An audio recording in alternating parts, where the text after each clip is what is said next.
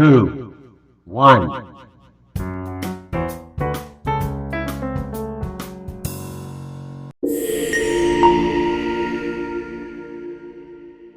Dan assalamualaikum warahmatullahi wabarakatuh. Kembali lagi di Hilan Batin Channel. Kali ini kita masih di program yakni podcast bisnis. Kali ini kita hadirkan narasumber yang berbeda dari yang sebelumnya, ya, teman-teman sekalian. Di samping kita sudah ada Kak Ida. Ya. Kak Ida, monggo Kak Ida diperkenalkan kepada penonton. Silakan. Oke, terima kasih Pak Daniel. Assalamualaikum warahmatullahi wabarakatuh. Waalaikumsalam warahmatullahi wabarakatuh. Perkenalkan, saya Ida Santika. Saya mahasiswa Universitas Islam Negeri Raden Patah Palembang. Saat ini saya semester 8 atau semester akhir dari Fakultas Ekonomi dan Bisnis Islam, jurusan Ekonomi Syariah. Jurusan Ekonomi Syariah itu teman-teman sekalian. Jadi Kak Ida semester 8. Ya. Masa-masa kemasan ya. Kemasan seorang mahasiswa atau teman-teman sekalian. Betul. Jadi mulai sibuk Kak Ida ya. Sibuk ngurusi script suite kata orang tua. Iya. Nah, kemudian Kak Ida, kesibukan selain skripsi apa Kak Ida? Oke, kesibukan selain skripsi, yang pasti kan belajar Pak ya. Iya. Oke, itu yang pasti dan utama. Nah, selain itu saya juga mempunyai sebuah bisnis kecil-kecilan Pak. Nah, bisnis apa tuh Kak Ida, boleh dikasih tahu? Oke, bisnisnya itu bisnis yang sederhana banget Pak, yaitu bisnis jual voucher dan pulsa gitu. Oh, voucher dan pulsa Iya, teman sekalian. benar. Kemudian kapan asal mula itu Awalnya dimulai gitu. itu? Ya, awalnya gimana? Ya, awal mulanya itu pas Corona Pak ya. 2020. Awal 2020 itu. Kemudian berapa sih modal pada saat itu Kak Ida? Oke, kalau modal itu masih sangat minim banget ya Pak ya. Karena juga sekitar 300.000 Pak. 300.000. Itu sistemnya Kak Ida. Kami juga kan pernah jual kayak gitu Kak Ida. Jual pulsa pada saat ini kuliah teman-teman sekalian. Iya. Sistemnya itu pasti ada upline ya. Kalau apa enggak ini? enggak, kalau saya itu langsung ngambil barangnya itu di counter gitu Pak. Oh, counter voucher ya. Voucher. Oh, sistem voucher. Kalau misalnya orang mau ngisi pulsa, apakah jual juga?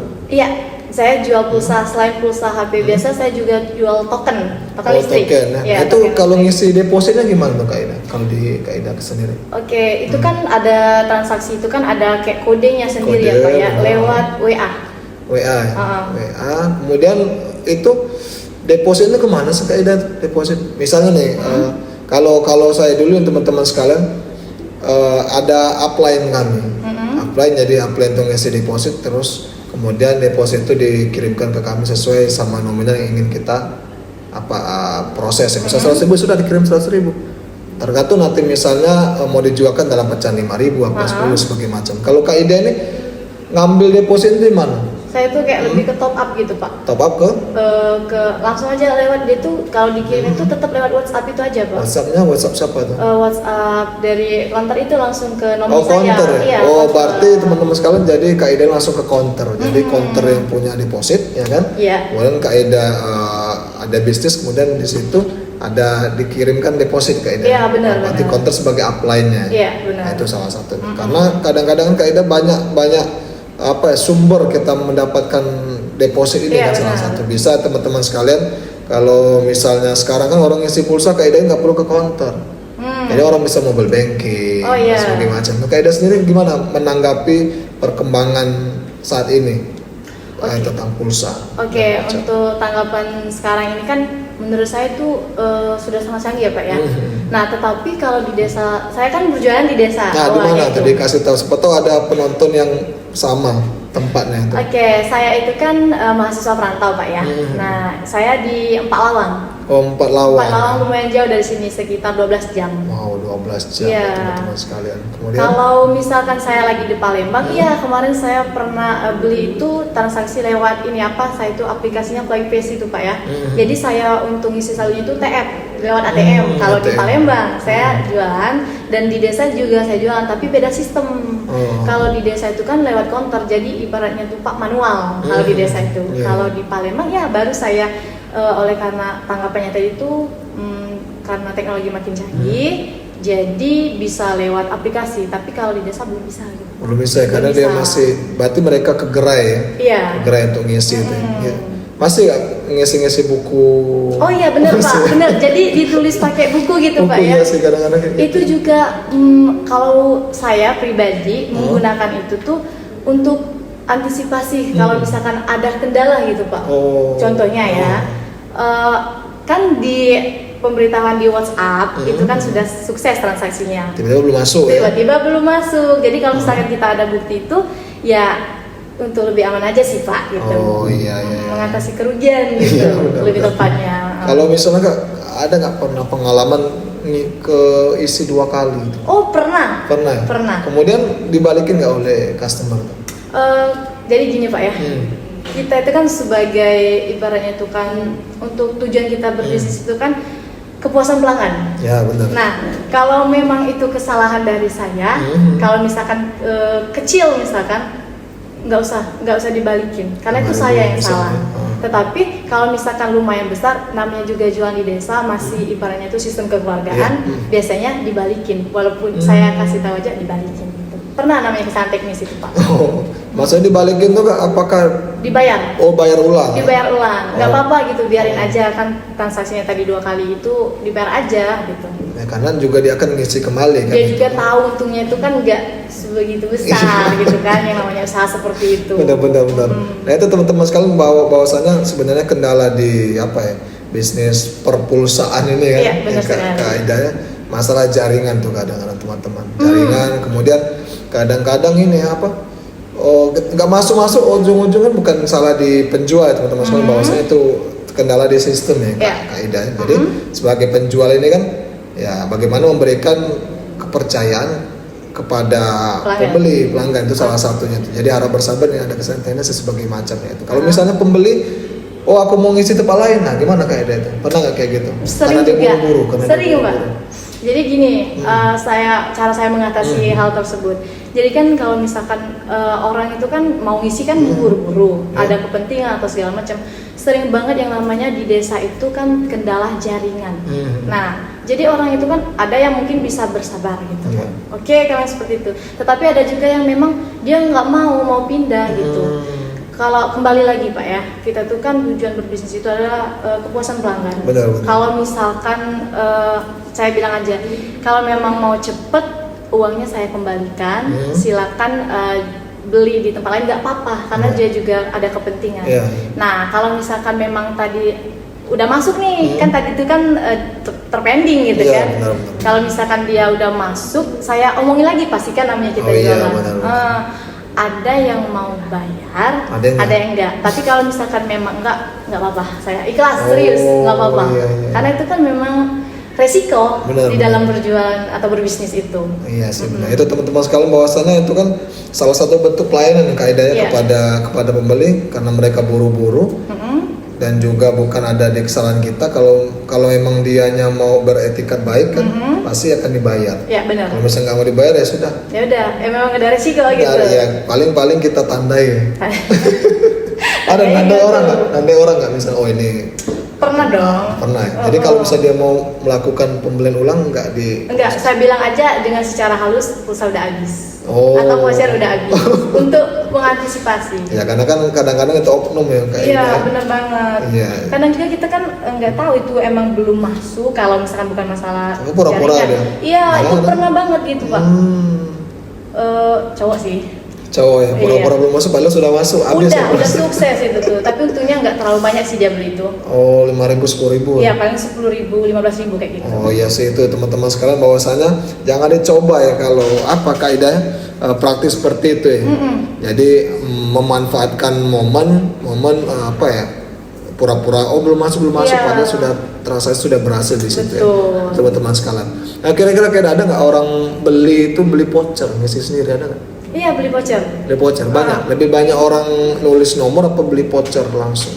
Kalau sejauh saya berbisnis ini lebih banyak voucher sih, Pak. Oh voucher ya? Iya, karena kan pada saat Covid itu kan anak-anak sekolah mulai dari TK sampai mahasiswa itu kan semuanya kan kuliah atau sekolah itu kan online daring benar, gitu. benar. Jadi jarang kalau pulsa itu untuk telepon atau tagihan Iya. listrik saja lancarnya. Oh iya. Kalau voucher kan harus itu wajib setiap hari.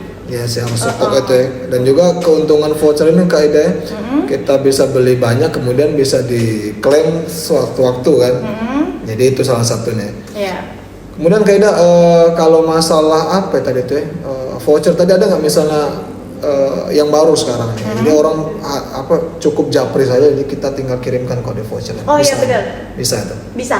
Oh. Nanti apalagi kalau misalnya di desa nih, saya tuh itu kan untuk memasarnya itu kan lewat online juga, lewat Facebook, IG, WA gitu kan. Nah jadi kalau misalkan orang-orang ngechat nih lewat WA, Kak mau beli vouchernya dong 2 giga gitu, 3 giga nanti saya bayar ya ke rumah atau enggak kamu ambil aja nanti ke rumah gitu. Ya udah saya gosok tuh vouchernya, terus kirim lewat via WA gitu kan. Nah nanti mereka yang bayar atau enggak saya yang datang ke tempat mereka. Oh iya, itu jadi teman-teman sekalian ini salah satunya tuh apa ya? Bentuk pelayanan kepada pelanggan yang kaidahnya bahwasanya mereka tuh nggak perlu lah keluar misalnya capek-capek praktis kan, gitu Pak praktis, ya. Jadi by japri saja sudah bisa. Kalau pembayarannya bisa cash ataupun transfer ya kaidahnya. Bisa. Itu salah satu yang teman-teman sekalian. Nah kira-kira kaidah di sini ada nggak suka duka dari bisnis ini kaidah? Karena kan apa ya, kalau misalnya melihat perkembangan bisnis saat ini, pulsa ini kan sekarang tergeser kan sudah. Benar-benar. Ya kan, orang itu palingan yang masih bertahan lebih kepada voucher kuota. Masih bertahan. Kalau pulsa ini kadang-kadang sudah mereka ngisi banking sebagaimana. Kira-kira Kak Ida sendiri melihat perkembangan itu di desa sekarang ini masih worth it apa tidak itu kalau untuk pulsa? Oke, kalau di desa itu ya suka dan dukanya Pak ya. Suka duka dulu.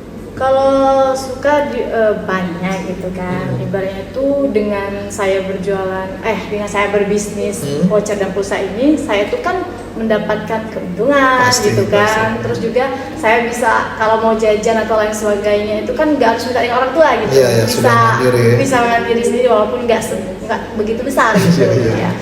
Tapi kalau untuk dukanya sendiri nggak terlalu banyak ya Pak ya. Tapi bisa dibilang itu kalau misalkan nih tergantung ininya kayak kemarin itu pernah kayak nggak laris tuh pernah. Misal nih biasanya nih 100.000, kalau dulu kan pulsa 500.000 tuh bisa seminggu tuh habis. Tapi karena tergeser oleh voucher itu 500.000 itu pernah sih 2 minggu nggak habis. 500.000? Iya. 500.000 karena voucher itu ya Kak Ida. Karena voucher tadi. Apalagi kalau di kampung kadang-kadang berubah-ubah ya. Benar. Berubah-ubah ya. Kemudian juga yang paling banyak yang beli itu rata-rata tuh anak-anak milenial ya kebanyakan. Kalau misalnya mau bapak masih nggak? Pulsa. Masih untuk nelpon gitu. Tapi lebih larisnya itu kalau pulsa itu Pak token listrik. Oh iya, token listrik bayar tagihan ya? Iya. Tagihan token. Oh iya, token listrik yang biasanya yang ngisi yang... Iya, kalau di desa itu kan masih pakai ini istilahnya itu beli, enggak. Kalau di Indomaret kan langsung kayak gitu kan. Nah kalau itu kan saya tuh kalau misalkan orang mau beli token listrik itu ada yang bisa masang sendiri itu kan. Bisa. Untuk masukin kodenya. Ada yang saya harus datang ke rumahnya gitu, karena kan banyak orang tua yang beli token listrik itu. Ada nggak biaya tambahan tuh Kak? Nggak ada. Nggak ada biaya tambahan? Nggak ada. Nggak ada biaya tambahan. Nggak ada biaya tambahan. Berarti itu sebagai sebuah pelayanan tambahan. Iya. Nah jadi ini salah satu strategi saya Pak. Kalau misalkan yang jualan pulsa kan banyak ya Pak ya. Nah kalau orang-orang itu kan jarang nih mau datang ke rumahnya gitu. Nah kalau apalagi orang tua gitu, pas dia datang nggak bisa masukin atau gimana kodenya itu, saya langsung datang ke sana aja, saya masukin. Jadi mereka bilang kalau beli di Ida gitu kan enak. Kenapa? Karena dia tuh kayak mau masukin datang sendiri gitu ke tempat mereka. Oke, siap. Nah Kak, ini Kak melanjuti pembicaraan kita tadi tuh. Jadi kan Kak Ida ini kan mengisi token tadi ya? Iya, token ke rumah-rumah Kak Ida. Kira-kira capek nggak kayak gitu? Enggak Pak. Karena kan enggak setiap waktu gitu kan. Itu kan juga yang saya datang itu kan yang satu desa aja gitu. Ada nggak desa tetangga yang beli situ? Ada kalau yang beli, tapi enggak harus saya samperin gitu kan. Itu kira-kira. Jadi ini salah satu ini teman-teman sekalian, suatu pelayanan beda dari yang lain. Ya, Jadi benar. yang kesulitan untuk ngisi voucher token listrik ya, Token Kak Ida ya. listrik, Jadi benar. Kak Ida ke rumah masing-masing, hitung-hitung ya main-main asal Iya, saja. benar banget. Saya itu teman-teman sekalian. Kira-kira Kak Ida, untuk itu kan dari 2020 ya, pada saat benar. COVID sampai sekarang, Kak Ida ini buka gerainya itu di mana kira-kira? Bukan tadi belum dikasih tahu. Oke. Kalau di rumah itu kan kalau voucher itu kan dikit Pak ya. Bisa masuk dalam toples. Ya benar. Nah, jadi kalau di rumah itu saya nggak buka gerai kayak gitu, nggak. Jadi kalau orang mau beli ya beli aja gitu kan. Ya. Tapi kalau di Palembang kemarin kan saya sempat di tempat sepupu saya. Nah, sepupu saya itu kan ada warung manisan. Jadi di situ kan saya buka etalase kecil. Oh iya. Nah, jadi saya buka etalase kecil sambil saya jualan voucher, saya juga jagain warung manisannya itu, nyambi gitu Pak. Iya, benar. Teman-teman sekalian. Jadi kalau bisa digambarin Kak Ida ya, jadi Kak Ida ini bisnisnya itu jual voucher sama pulsa ya. Iya, benar. Ada nggak misalnya kayak counter gitu? Counter misalnya ada jual perlengkapan peralatan sampai kayak Pernah gitu Pak. Pernah. Itu lebih tepatnya itu pas saya SMA Pak. Oh SMA ya? Iya, kalau SMA itu saya nyambi jualan kayak buka ATK gitu. Jadi gimana ya Pak ya ngomongnya, kalau misalkan saya itu kan memang seneng sebenarnya berbisnis dari dulu. Jadi saya tuh kayak melihat peluang. Kalau misalkan pas SMA itu kan kalau orang mau kenaikan kelas gitu, saya jualan buku, pena gitu kan. ATK Nah, tuh.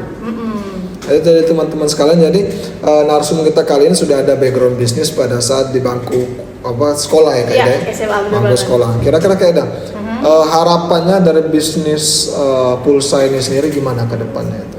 Oke, harapan untuk bisnis pulsa ini untuk kedepannya saya itu kedepannya bukan hanya untuk jualan nyambi-nyambi kayak gini, tapi memang benar-benar buka counter yang bisa membuka lapangan pekerjaan bagi orang-orang di sekitar saya, apalagi di desa gitu. Kayak memberi peluang. Misalnya kita yang kalau misalnya kedepannya kita cuma ngemodalin, ngebuka usaha tersebut, tapi yang jualannya itu orang lain gitu.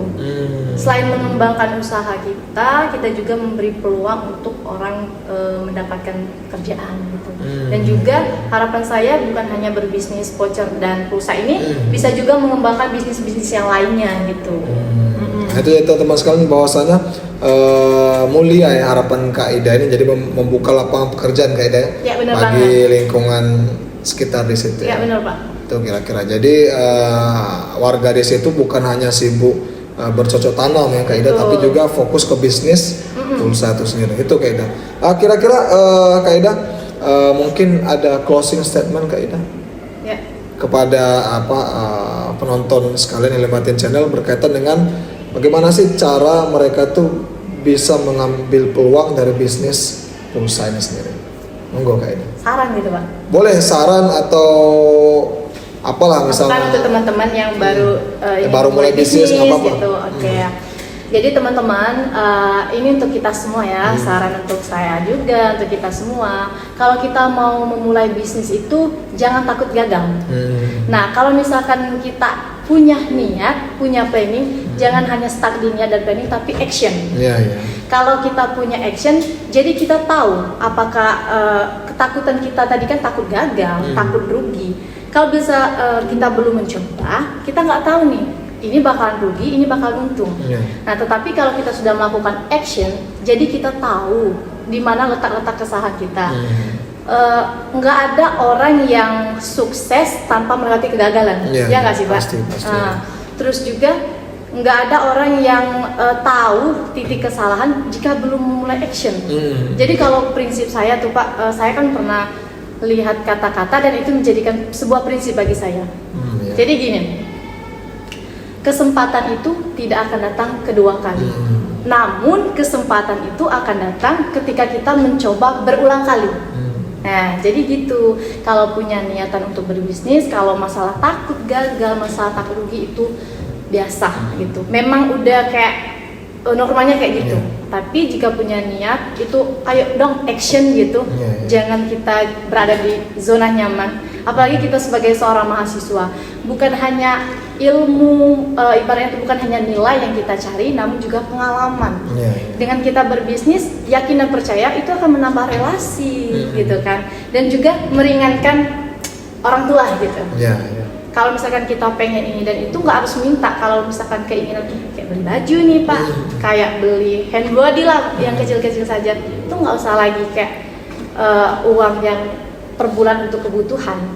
Ada sendiri uang kita, uang saku kita sendiri untuk ibaratnya itu beli, nggak usah minta lagi. Namun kalau misalkan kita udah punya keuntungan, jangan dihabisin gitu, ditabungin gitu, atau kalau nggak belum banyak untung terlalu banyak, kita mengelola modal, mengembangkan modal, mulai dari cuman beberapa ratus, kalau bisa sampai berjuta-juta. Oh iya itu.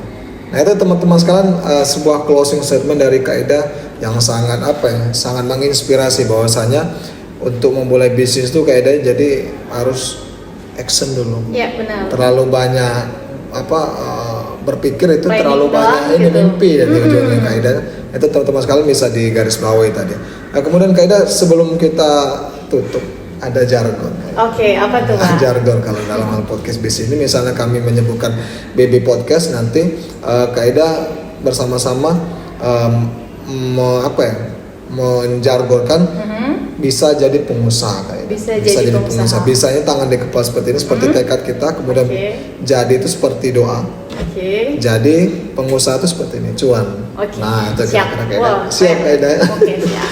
Baik, BB Podcast bisa jadi pengusaha. Sekian, saya Melhan Batin beserta narsum kali ini Kak Ida. Kami undur diri, semoga video yang kami tayangkan ini bermanfaat bagi sekalian. Amin. Sekian, wassalamualaikum warahmatullahi wabarakatuh.